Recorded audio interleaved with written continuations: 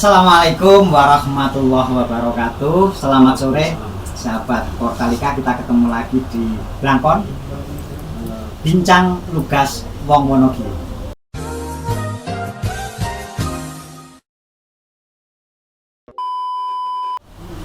Kali ini saya akan berdiskusi santai, ngobrol santai dengan Bapak Mat Nawir SAG MH, Ketua DPC Partai Kebangkitan Bangsa Kabupaten Wonogiri, PKB Wonogiri. Seperti kita ketahui bersama bahwa KPU RI sudah mengeluarkan PKPU nomor 3 tahun 2022 tentang tahapan penyelenggaraan pemilu 2024 yang akan datang. Ada polemik menarik dengan ditetapkannya PKPU itu. Yang pertama, ini persoalan kapan calon anggota legislatif itu ditetapkan, karena di PKPU itu tidak dimunculkan. Yang pertama. Yang kedua, persoalan yang kedua adalah KPU hanya menyediakan waktu kampanye selama 75 hari. Sementara di Undang-Undang Nomor 7 Tahun 2017 itu mengamanatkan 3 hari setelah ditetapkan daftar calon tetap, maka dimulailah kampanye. Sementara di PKPU itu tidak disebutkan, tidak ditulis kapan DCT itu ditetapkan. Nah, ini persoalan tersendiri. Itu dua masalah dengan PKPU. Dan yang kedua, kita tahu bahwa partai politik saat ini sudah mulai ancang-ancang. Kalau di media mainstream maupun media sosial, kita ketahui perdebatan itu ada di pencapresan, di mana-mana begitu. Nah, kita tarik ke tingkat bawah, kita berdebat, berdiskusi secara santai itu terkait dengan pileg atau pemilu anggota DPRD tingkat kabupaten kota, khususnya Kabupaten Wonogiri. Ada di depan kita Bapak Mat Nawir sebagai Ketua DPC PKB Wonogiri. Assalamualaikum Pak Nawir. Waalaikumsalam warahmatullahi wabarakatuh. Sehat selalu Pak Nawir. Alhamdulillah, sehat Pak Joko. Kita santai-santai ini Mas. Tadi saya katakan Pak Nawir, jadi ada persoalan karena kita sama-sama mantan penyelenggara lah. Ini kan pasti PKB tahu lah bahwa dengan 75 disediakannya waktu itu sangat mepet. Kemudian di PKPU tidak disebutkan kapan DCT ditetapkan. Sementara yang disebutkan di PKPU itu ada penetapan partai politik pada akhir tahun ini. Nah, kira-kira gimana Pak tanggapan Pak Nawir sebagai pimpinan partai politik? Ya, terkait dengan khususnya tahapan pemilu yang sudah dikeluarkan PKPU-nya, ya lagi akan segera di launching tahapan itu. Misal setiap nanti kegiatan yang terkait dengan masing-masing tahapan itu harus diperjelas, ya. Harus diperjelas. Misalkan ketika partai politik nanti seperti apa pendaftaran calon, kemudian penetapan calon, kemudian sampai pada penetapan DCT itu harus secara dijelaskan di PKPU lain yang terkait dengan menyangkut tahapan kegiatan itu, ya. Harus diperjelas. Misalnya maksudnya mungkin pendaftaran partai politik, pendaftaran caleg gitu ya? Iya, nah, setiap kegiatan harus diperjelas misalkan begitu. Mungkin terkait dengan masa kampanye Pak. Jadi saya kira menarik ini kampanye ini. Makanya KPU harus bijaksana mestinya untuk kampanye dengan waktu 75 hari. Ini sampai pada batas disetujui dan ditetapkannya tahapan yang berkonsultasi dengan DPR RI gitu ya. Akhirnya ditemukan waktu yang hanya 75 hari. Saya melihat bahwa di sini ketika nanti ada partai yang ikut kontestasi, yang partai baru ini justru malah waktunya menurut saya masih sangat kurang untuk kepada masyarakat. Kalau mungkin partai-partai yang saat ini ada masuk di PT ya, yang kemudian menurut keputusan MK atau MA ya Pak ya, yang dia tetap daftar tapi tidak diberi faktura. Betul. Nah, ini hal ini yang ketika nanti perlakuan kepada partai-partai yang nanti lolos verifikasi ya, yang partai-partai baru ini bagaimana harus mempersiapkan caleg, bagaimana harus sosialisasi dan sebagainya. Saya kira harus ada kebijakan khusus terkait dengan waktu kampanye ini. Saya kira hal-hal yang mungkin harus diperhatikan oleh penyelenggara khususnya terkait dengan bagaimana memperlakukan partai-partai yang saat ini lagi berjuang menyiapkan perangkatnya. Kemudian begitu dia sudah siap jadi peserta pemilu, tapi nyatanya dia tidak bisa bertarung dengan partai yang lainnya. Jadi seperti misalkan contoh PKB seperti ini ya, dengan kondisi yang ada saat ini, kemudian melihat hegemoni penguasa yang luar biasa di Wonogiri ya, karena memang mayoritas begitu ya. Makanya komunikasi dan konsolidasi yang waktunya hanya 75 hari, menurut saya juga masih sangat kurang masyarakat menghadapi, walaupun PKB pernah menjadi peserta pemilu di pemilu sebelumnya dan PKB sudah punya wakil di DPRD, tetapi terkait dengan kampanye ini perlakuannya harus berbeda, treatment kita harus berbeda ya, dengan ketika harus sosialisasi. Jadi seperti itu. Jadi menarik Pak, tapi sebelumnya para sahabat Portalika perlu kami sampaikan bahwa forum ini kita buka untuk semuanya, partai apapun dengan pemahaman apapun, ini tidak hanya PKB. Ini kebetulan saya mencoba memulai dengan PKB dan saya memulai dari tahapan. Kenapa mulai PKB? Karena beliau ini mantan penyelenggara, jadi sama-sama teman-teman.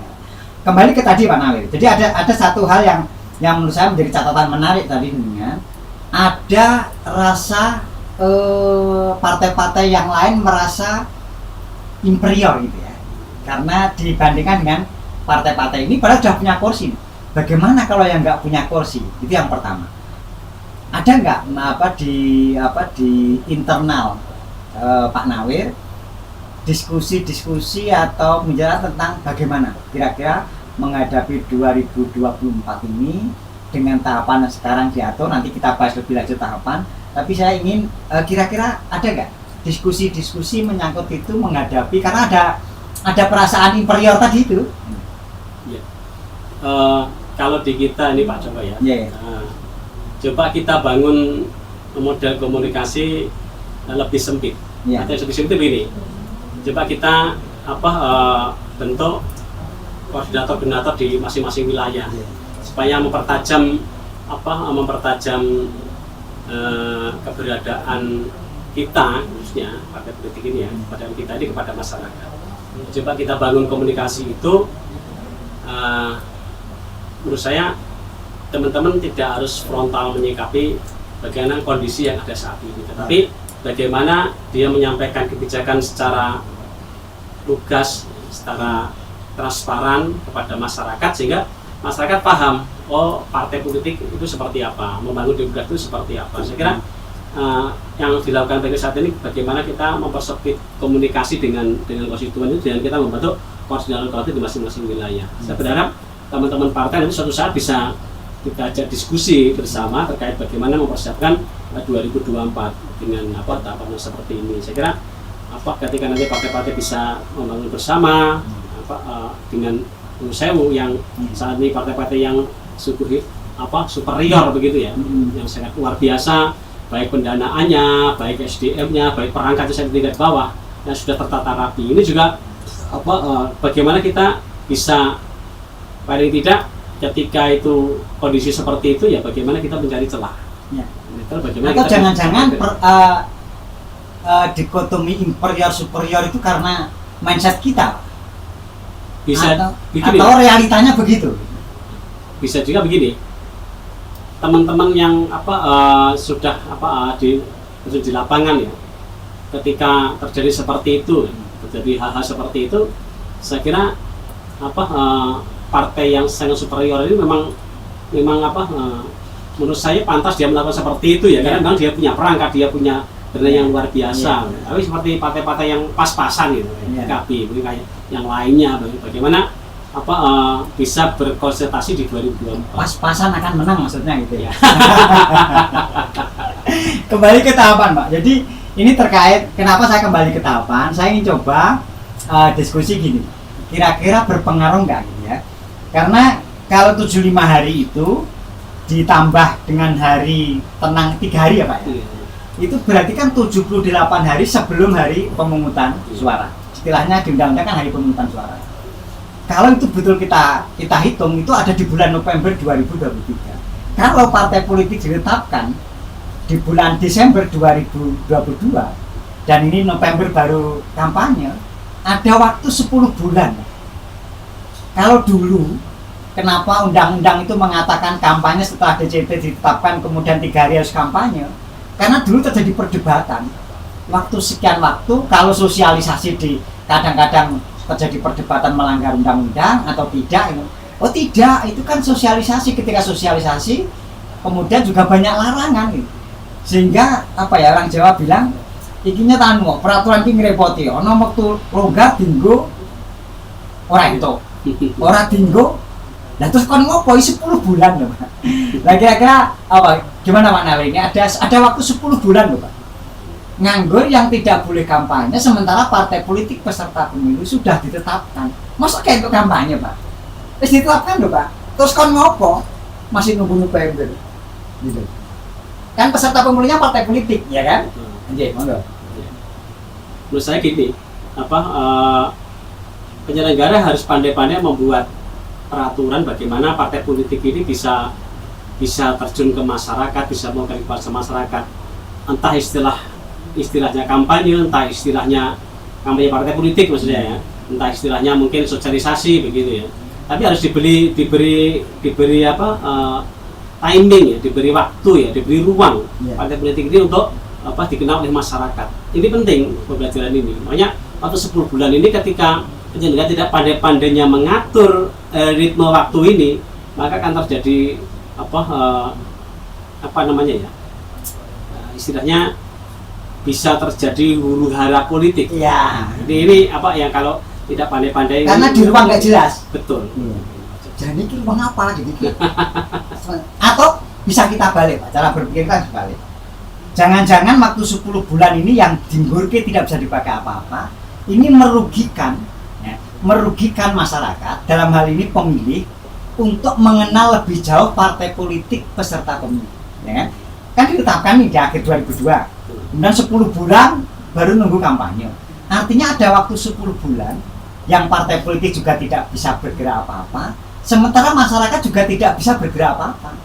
Di sini ada hak masyarakat, hak informasi, akses terhadap setiap informasi partai politik peserta pemilu menjadi terhalangi. Ini gimana kalau kita balik seperti itu misalnya, supaya apa? Supaya masyarakat bisa kita dorong untuk mencari informasi ke partai politik. Pertanyaan kan siapa yang mendorong kan gitu?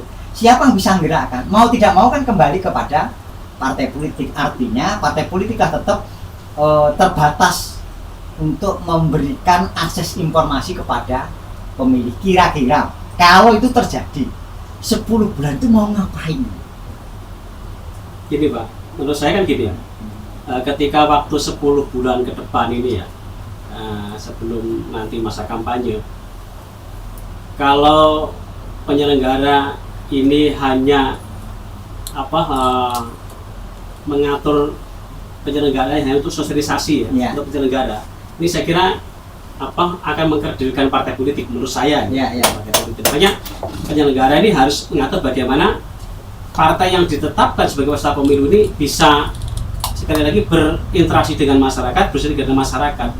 Jadi harus diberi ruang di sini. Sekali lagi ruang ini penting bagi partai politik. Dan itu hak konstitusional masyarakat atau pemilih untuk mendapatkan informasi. Jadi alasan bahwa penyelenggara sudah akan mensosialisasikan, saya kira terbatas karena penyelenggara itu tergantung pada pendanaan. Betul. Iya, ini yang pengalaman awake dhewe lah.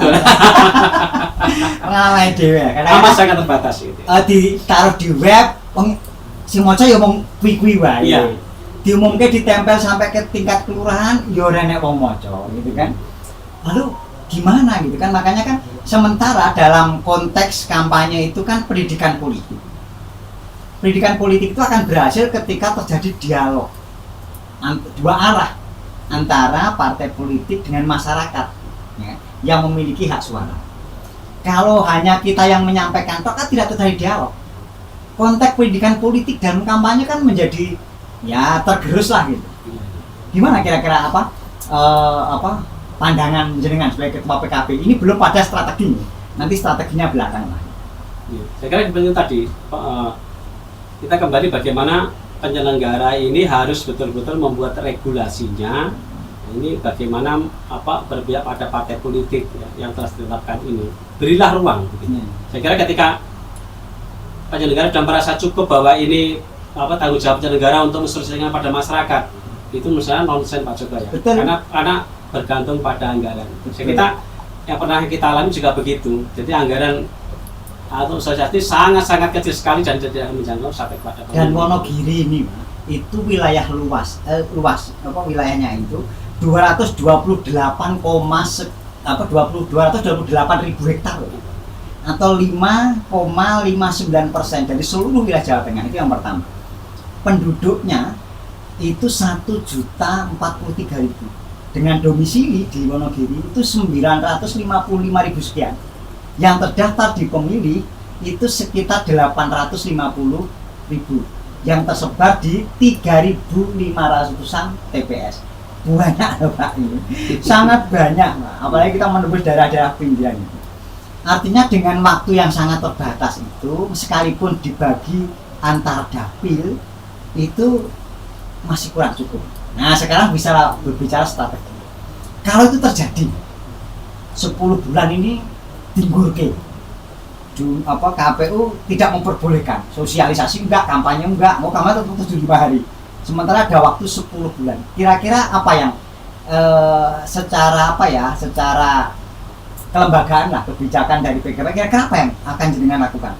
10 bulan ini kosong Pak, belum gitu loh, nganggur paribasannya, meskipun disibukkan oleh pencalekan ya. Iya, misalnya begitu. Kita kalau itu terjadi seperti itu, makanya saya melihat ada celah yang bisa digunakan oleh partai politik. Apa celahnya? Maksudnya adalah konsolidasi partai. Ya, itu yang satu ya, konsolidasi partai. Makanya kita konsolidasi partai, lalu kita harus bagaimana? Makanya tokoh-tokoh caleg-caleg yang sudah kita rekrut ini supaya paling tidak dia silaturahim. Dia tidak kami, tapi silaturahim pada tokoh-tokoh. Khususnya apalagi di PKB ini sendiri bahwa kita punya basic pemilih secara kultural ya di bagian ini. Makanya budaya silaturahim ini akan kita tekankan pada jamaah dan sebagainya. Jadi belum kampanye Pak ya. Tapi ada budaya silaturahim, otomatis ketika itu terjadi secara masif, menurut saya akan terjadi perubahan ya. Di 294 desa, 7.000 lebih sekian RT. Saya nggak bisa membayangkan. Dan sebagai ketua partai, saya kebetulan bukan ketua partai di sini sih. Jadi itu berat. Nah, yang terakhir Pak, ini satu terakhir ya kira yang perlu kita perlu sampaikan lah ke dengan situasi seperti ini, kira-kira apa yang akan jenengan dorong ke pihak penyelenggara dengan ada ruang ini penting Pak. Ini karena menurut saya ini mengebiri hak pemilih untuk mendapatkan akses informasi tentang peserta pemilu. Mau ditetapkan kok urung itu kampanye gitu. Menurut saya penyelenggara harus membuat regulasi yang pertama supaya ketika kalau ini tidak benar, saya akan terjadi pembiaran dan itu akan menjadi keliaran ini ya. Jadi liar, semua partai politik akan melakukan pelanggaran itu. Makanya kan harus dibuat regulasi bagaimana porsi sosialisasi oleh penyelenggara itu juga dia ada, karena ini sifatnya terbatas begitu ya, terkait dengan anggaran. Partai politik diberi kesempatan, diberi porsi, ya dia melakukan sosialisasi ya kepada masyarakat. Makanya ini harus diatur ya. Ini regulasi ini harus ada. Kalau tidak ada maka akan terjadi mungkin pelanggaran yang dilakukan oleh partai politik ini akan luar biasa. Luar biasa. Makanya lagi kepada penyelenggara khususnya, makanya penyelenggara ini harus pandai-pandai mengatur regulasi di mana waktu 10 bulan ini itu harus terisi, jangan sampai kosong gitu ya. Ini seperti itu Mas. Terima kasih Pak Nawir. Sahabat Portalika, mohon maaf karena keterbatasan waktu, kita nanti bisa diskusi di lain kesempatan. prinsipnya PKPU yang lahir ini ada ruang di mana pemilih dirugikan, masyarakat dirugikan terkait dengan akses informasi peserta pemilu. Ada waktu 10 bulan longgar yang ini tadi Pak Nawir mengusulkan bagaimana agar KPU mengatur pemakaian waktu 10 bulan, itu yang pertama. Dan kita berharap ke depan demokrasi ini untuk memperbaiki tata kelola pemerintahan kita, bukan untuk merusak. Oleh karena sekali lagi pesan dari Pak Nawir, bagaimana agar penyelenggara dalam ini KPU membuat regulasi, mengatur, memasukkan norma untuk mengatur 10 bulan waktu kosong. Terima kasih Pak Nawir, sampai ketemu di lain kesempatan. Terima kasih Pak Joko. Matur nuwun, assalamualaikum warahmatullahi wabarakatuh.